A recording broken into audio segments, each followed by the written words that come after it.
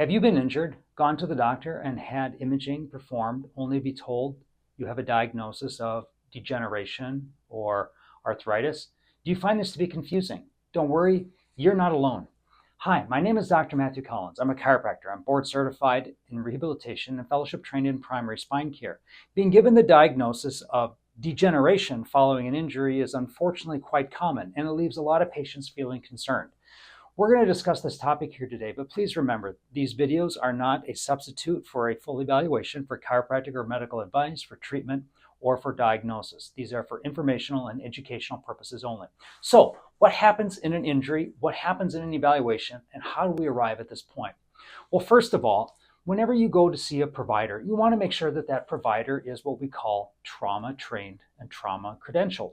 Not everybody has had training in trauma. Now, a lot of providers have had training in how to triage nasty things, basically ruling out that you don't have a fracture. That's the most common thing that happens following an injury to the back. Is there a broken bone in there? And oftentimes when x-rays or CT scans or MRIs are done, we see degeneration, which has been there for a while. So how does degeneration play a role in injury? Well, rarely is it the cause of pain following an injury. However, simply stated, it is a risk factor. So it does need to be factored into the overall treatment planning. Degeneration is a risk factor for, number one, being more easily injured, and number two, for taking longer to recover than it would have otherwise taken had there been no degeneration. Why is that? Well, I have a model here that I'm going to show you.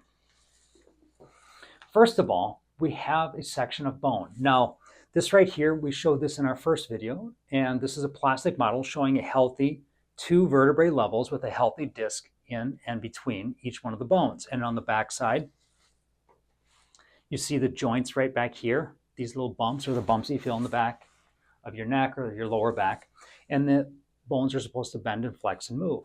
So a joint like this that has a plump disc can withstand traumatic forces much more than a vertebrae like this. So take a look.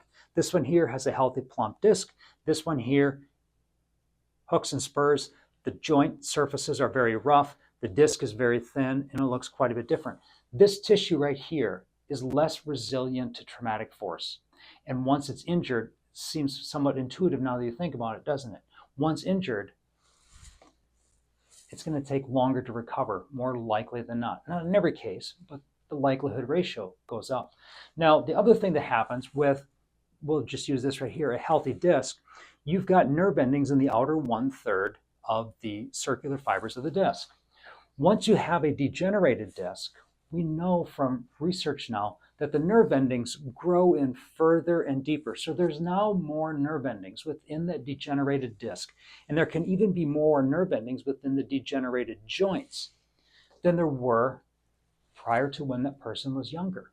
So now, once that tissue is exposed to a traumatic event and once it's injured, the likelihood of it experiencing more pain than it would have otherwise experienced is really high. So rarely is degeneration the source of pain as a primary diagnosis following an injury. However, if you are injured and you do have degeneration in that area, your risk of suffering is really elevated. So having an appropriate diagnosis where this can all be separated out, put into its right category, and this will help with the treatment planning and with treatment prognosis and treatment expectations, is vitally important. So that being said, if you have been diagnosed with degeneration as the cause of your pain following a traumatic event, the likelihood is the provider or providers that are taking care of you, relying on the diagnosis, do not fully understand everything there is to understand about your condition. And there might be something missing from your treatment that is preventing you from getting better. If you or anybody you know is suffering with pain following an injury and you have degeneration in and around that injury, and you're wondering if there's other options, feel free to give our clinic a call. We'd be more than happy to evaluate you. You have a lot of videos to pick from. I'm honored that you picked this one to watch, and until we meet again, be blessed.